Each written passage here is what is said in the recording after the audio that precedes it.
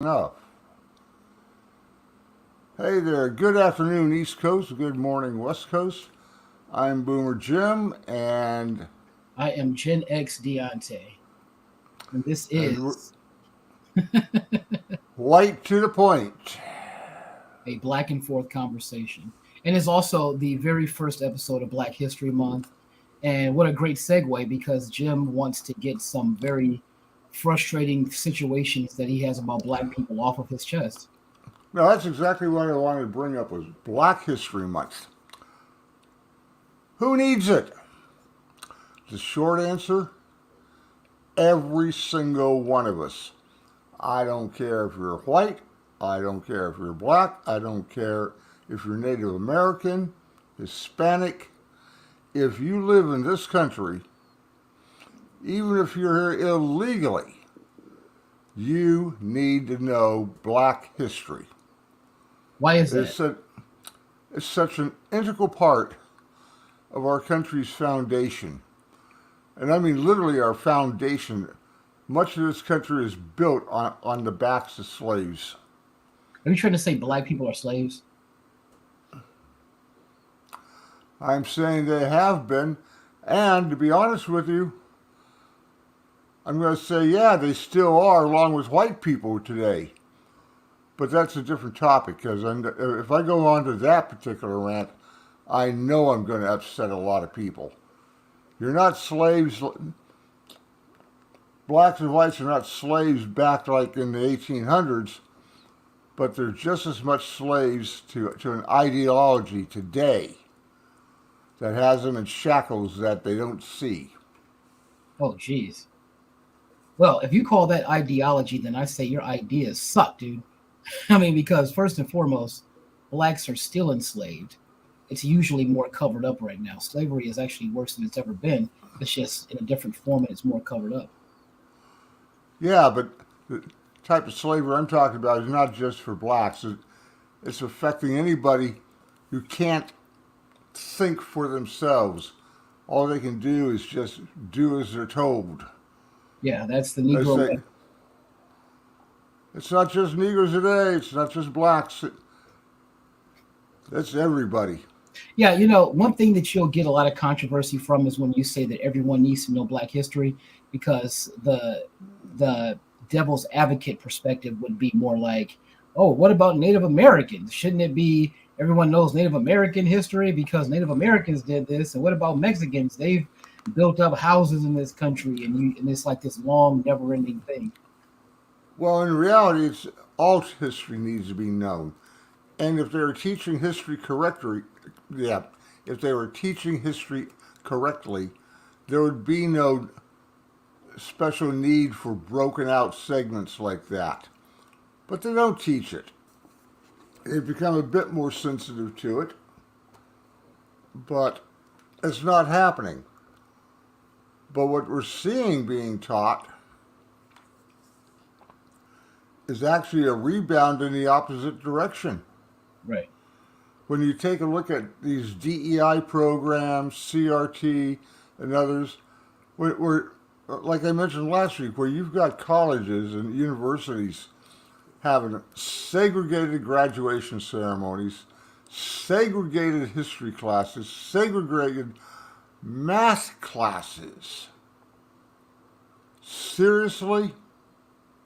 Yeah, I mean, what does that say when they come around and say, oh, blacks can't learn in the presence of whites? They feel inferior to white people, or they feel inferior to Asians. Excuse me, what the hell is that bullshit? Jim, you're on your soapbox. I appreciate that. One thing that I've always hated about the whole Black History Month thing is when white people say, well, wait a minute, where's White History Month? What about my month? And things like that.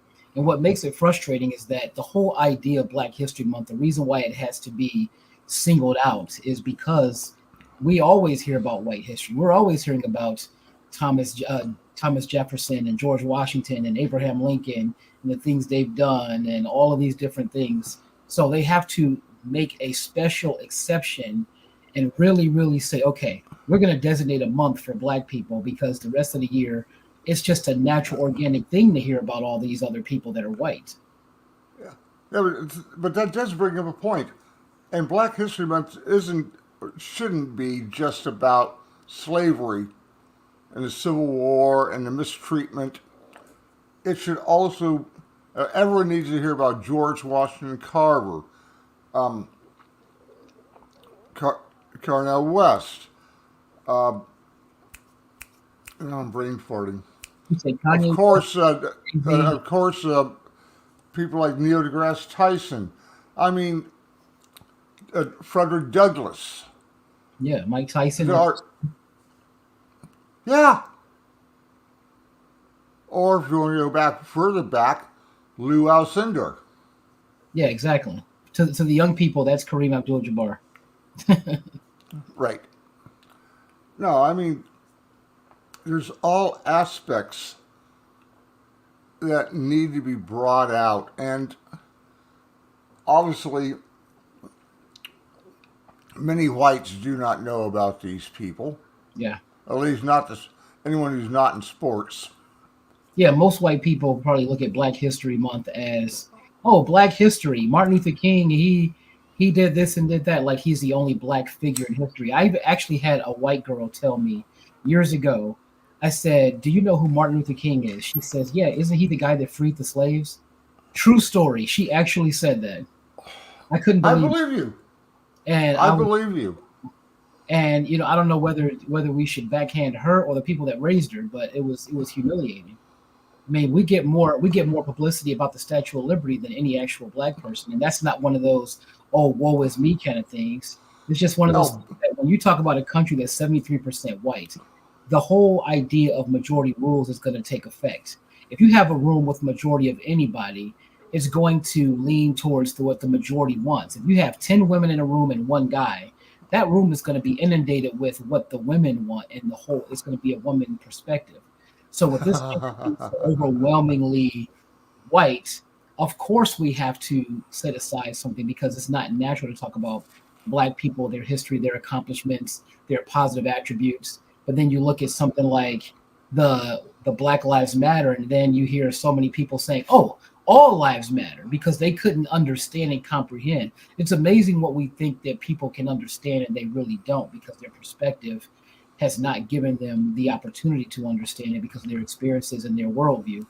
But Black Lives Matter is not saying that only Black Lives Matter. It's saying that, hey, it's obvious that white lives matter, so we don't have to address that. But Black Lives Matter as well. So the as well part is not in there. But to us black people, we right. understand what it means that no, all lives matter, but black lives are the ones that were being sacrificed at the time that this was taking place, was being sacrificed at the hands of white cops. And sometimes it was justified. If you pull a gun on a cop, you should be handled accordingly. But if you are just black and then you get shot, well, then it's just like, well, that just doesn't seem right. So that's a little bit of an extension to what you were saying about Black History Month and why I believe that white history is not something we have to specialize a time for because it's always that way. You know, Oh, I agree. it's like I said before, you have I don't know how many black people there are on actual currency, but every bill that I've ever seen, whether it was a $5 bill, a $1 bill, a $20 bill, a 50, it has a white person on it. The only black person on currency right now that I can think of is Harriet Tubman. Yeah, and that's something that's happened what in the past year or two, something like that. Well, it's recent. Yeah, it's very Yeah, recent. extremely recent. But think about it. When you're a kid, if you're a kid, like think about it. If you're me, a black kid who was born and raised in the inner city, everything you see is predominantly white. When you look at the covers of magazines, even Playboy magazine, for example, you see white women after white woman. If you see somebody that's not white, it's an exception. I actually looked at Playboy for a whole decade just to see how many black women were on the cover over the whole decade, and there was 3 black women out of 120 months in the decade, and Now, that right there tells you that it's slanted towards white, which I like white women, but I'm just making a point about the disproportionate amount of coverage for white people. now it seems like today there's been I would say a backlash, but a swing. Was it? You probably know this better than I did. Back in the late '70s, early '80s, when all of a sudden they started putting up all integrated commercials on TV as always a mixed couple, or that, where they went out of their way to make certain that there were equal numbers of blacks and whites in various commercials. Yeah. Like today, when's the last time you saw a commercial that had all white? You see all black all the time. Yeah. But when's the last time you saw a TV commercial that throughout the entire commercial had nothing but white people? Yeah, exactly. I've seen a couple. I have seen a couple. But they don't stay on very long. Exactly. And it's just like, even I was watching the new documentary about the creation of the charity single "We Are the World," which that was a phenomenal moment back in 1985. Well, what was preceding that recording of that album was the American Music Awards of 1985. And what I noticed is that at the time, the awards categories was so based on race. It would say, here are the nominees for best black single, or here are the nominees for best black album. Look it up. And it's so stunning because it's not like that anymore. So the fact that they had to single it out, there was even a Time magazine article in 1984, you can look this up too, where Michael Jackson was at the peak of his powers with Thriller. Thriller was blowing everything away. Right. And I remember there was an article where in Time magazine it said, Michael Jackson just might be the greatest black singer ever. They never said Elvis Presley is a great white singer. They just said he's a great singer. He's a great entertainer. But with Michael Jackson, when he became an icon, it just started being black. He's the best black. So that's one of those things, that those little things that white people typically don't notice. They don't notice it because it's not their problem. Like, you don't really notice somebody else's kid getting bad grades, right? And that's exactly what I'm saying, is that anytime you single groups out, you're creating isolation and dissent when we need to be promoting unity. And what the whole basis here, we're much more alike than we are different Yeah, when it comes right down to it. yeah. That's the sad thing about it, is that, you know what, this country was this way when we got here, whether it was when you were born or whether it was when I was born, and then we get sucked into having to deal with it, Yeah. with whatever the basic viewpoints are, or the standard of living, or the standard of the mindset integrated with races. It's frustrating when you talk about integrating with different races. Like, we're still the human race, but unfortunately, it's not that simple in the world we live in. Now, one other aspect of Black History Month that I wanted to bring up, a different viewpoint, is that one of the common phrases today is, okay, boomer. I mean, young people, regardless of race, they look at somebody like me or older black people, either way, and they say, yeah, you need your black history. You need to learn this. It's important. Well, kids, I tell you what, we lived through it. That wasn't history for us. They couldn't teach it to us. We were watching it on TV, on the nightly news, every single night. And when you're only a teenager, you don't have the perspective to look at a current event and realize, oh, wow, that's a historic moment.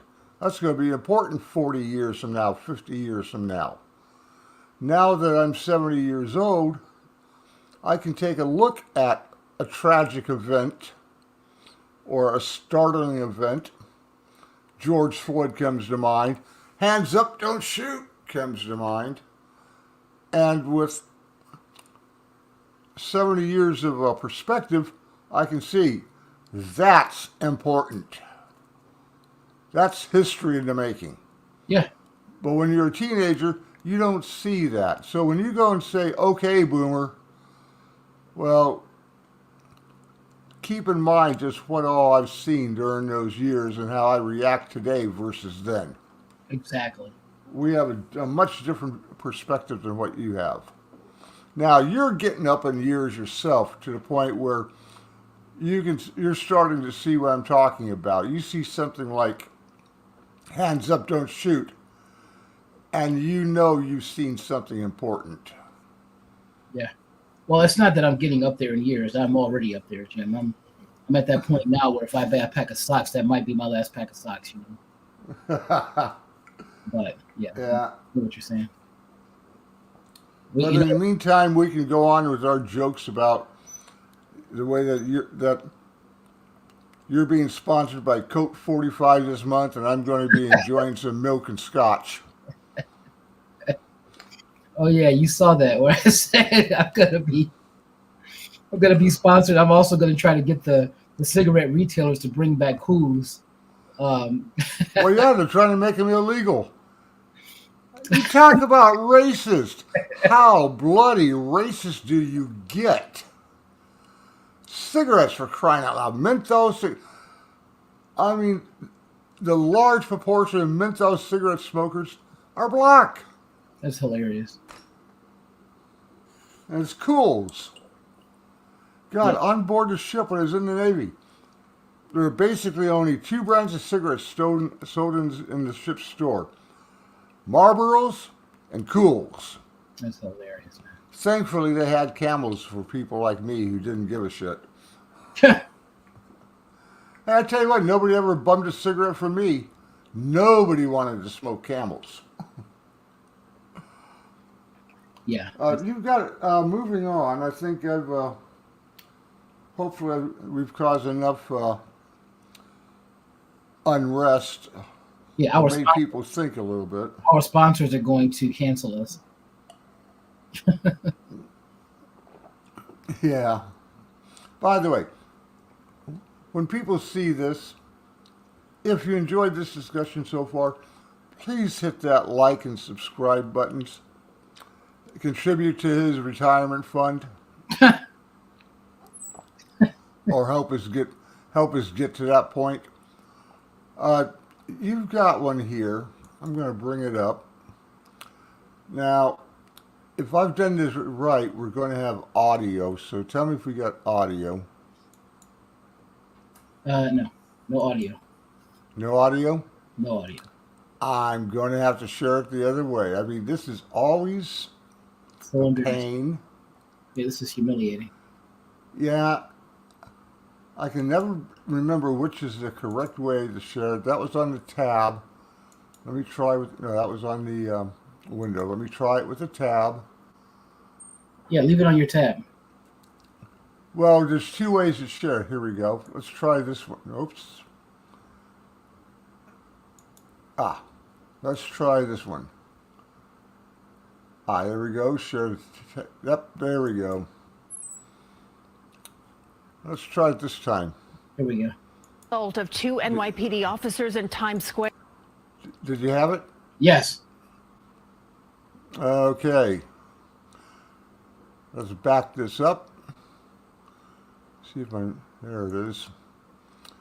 And let's go. I don't even know how long this clip is. We begin tonight with the anger over the assault of two NYPD officers in Times Square. The 5 suspects arrested have been released on bail, and police say 7 others are still out there. CBS 2's Lisa Rosner live on 42nd Street where the assault happened. Lisa. Yeah, Christina, Maurice, the police union tonight is outraged that these 5 suspects were released on their own recognizance. The governor even weighed in on whether they should be deported. Okay, real quick. What is up with that? They've got them on video. They're here illegally. And they released them, ROR? Yeah. Hell, you were born and raised in Cleveland area. They wouldn't let you out ROR. Exactly. So, I mean, what the hell is this? Yeah. Saturday night surveillance video appears to show officers telling this group to move along outside a migrant shelter at West 42nd Street near 7th Avenue. But in a flash, 2 cops are seen struggling with a man in yellow, followed by a barrage of people taking turns kicking and punching the lieutenant and police officer as they try to make an arrest. You want to know why our cops are getting assaulted? There's no consequences. And we must change this. Those arrested are migrants staying at city shelters ranging in age from 19 to 24. They all face charges of second-degree assault and obstructing governmental administration. Sources say only one has prior arrests for 2 shoplifting incidents where he allegedly fought with security personnel. As to why the Manhattan DA did not request 5 of the suspects that were arrested be held on bail, a spokesperson said violence against police officers is never acceptable. It is paramount that we conclusively identify each defendant and specify each participant's role in the incident. They're trying to figure out. Now, if you catch and release, how does that help you figure out details about the suspects? I think it's obvious that they're using some type of unscrupulous database. Yeah, and to top it off, I heard the story yesterday. 4 of those people that were released are now in California. The first thing they did, they got out of jail, they got on a bus and went to Los Angeles. That's so ridiculous, man. So, yeah, these people said, I promise I'm going to come back for my court date. I will be back for my court date. Yeah, okay, if you want to believe that one. I mean, do we even know why these migrants did that? No. Wow. Other than the fact that they could. There's just a general dislike of police, especially in New York. You got Mayor Adams. Let's put it this way. The situation in New York has gotten so bad. Mayor Adams wants to get rid of a lot of these programs. The governor of New York wants to get rid of some of these programs. And they're basically begging Washington, please do something about the border. Wow. I mean, that's how bad it's gotten. Exactly who did what. And so they're being smart about making sure that they look at all the evidence. As the NYPD continues to search for 7 additional suspects, Governor Hochul was asked to weigh in. These are law enforcement officers who should never, under any circumstances, be subjected to physical assault. It's wrong on all accounts. And, you know, I'm looking to judges and prosecutors to do the right thing. She was also asked if they should be deported. I think that's absolutely something that should be looked at. I mean, if someone commits a crime against a police officer in the state of New York, and they're not, you know, they've not processed, they're not here legally, definitely worth checking into. Now, deportation is a reasonable step. I think we would agree on that. And that's,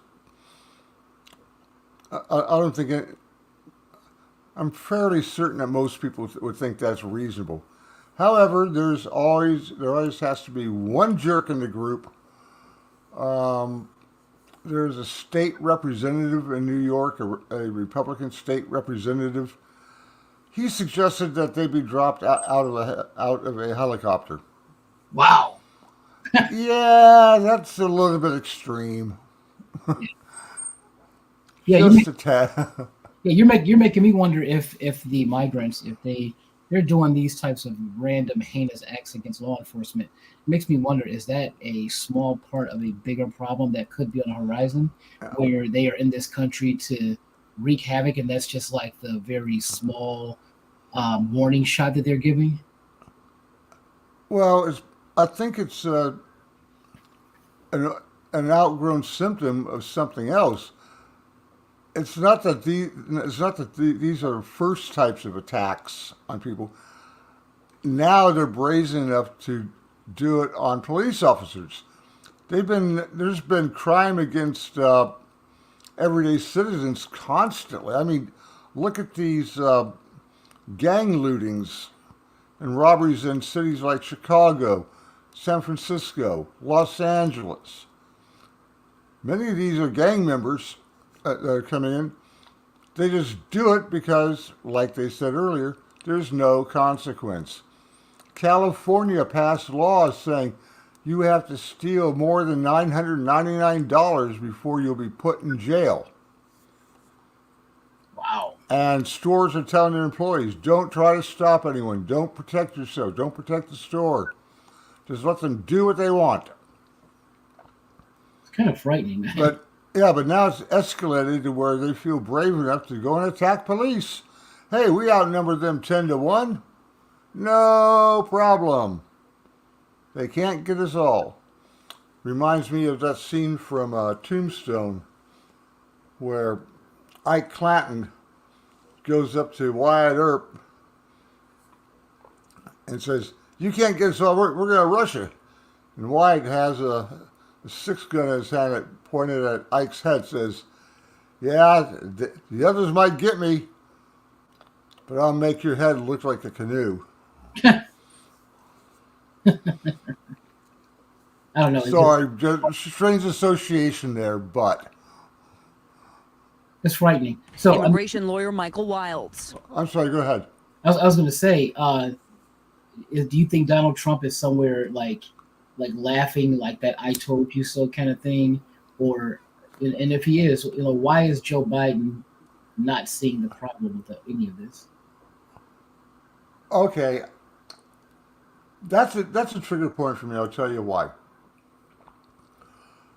Last week, Joe Biden said, hey, if Congress gives me a bill, I'll shut down the border instantly. Well, guess what, Joe? You opened the border on your first day in office with the stroke of a pen with your executive orders. Why can't you close it right now the same way? You could have canceled those orders at any time. You don't need Congress to give you permission to undo what you've done. Wow. I mean, let's get real here. If they're convicted, immigration then has the option of pursuing a prosecution and deportation if they wanted to. Now, police sources say the officer was released from the hospital in his home recovering. The lieutenant sustained a laceration to his face. The DA says the suspects that have been arrested face up to 7 years in prison. And Lisa, are we expecting more charges in the coming days? It is possible. The DA says they are still collecting evidence, new videos, they're interviewing witnesses. So when these suspects appear next in court, they could face additional charges. We're live in Times Square. Lisa Rosner, CBS 2 News. Okay, Lisa, thank you. Yeah. Even imagine okay. that you could ever. Yeah, when they next appear in court. like that's going to happen.